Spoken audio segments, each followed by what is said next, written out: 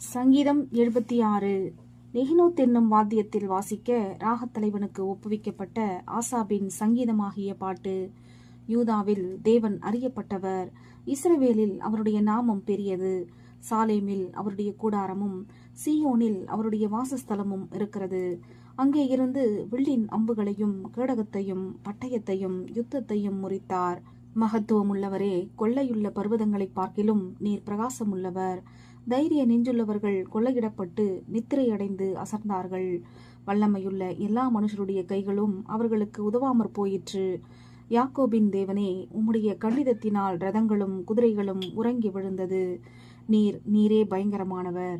உமது கோபம் மூளும்போது உமக்கு முன்பாக நிற்பவன் யார்? நியாயம் விசாரிக்கவும் பூமியில் சிறுமைப்பட்டவர்கள் யாவரையும் ரட்சிக்கவும் தேவரீர் எழுந்தருளின போது வானத்திலிருந்து நியாய தீர்ப்பு கேட்க பண்ணினீர். பூமி பயந்து அமர்ந்தது. மனுஷனுடைய கோபம் உமது மகிமையை விளங்க பண்ணும். மிஞ்சும் கோபத்தை நீர் அடக்குவீர். பொருத்தனை பண்ணி அதை உங்கள் தேவனாகிய கர்த்தருக்கு நிறைவேற்றுங்கள். அவரை சூழ்ந்திருக்கிற அனைவரும் பயங்கரமானவருக்கு காணிக்கைகளை கொண்டு வர கடவர்கள். பிரபுக்களின் ஆவியை அடக்குவார்.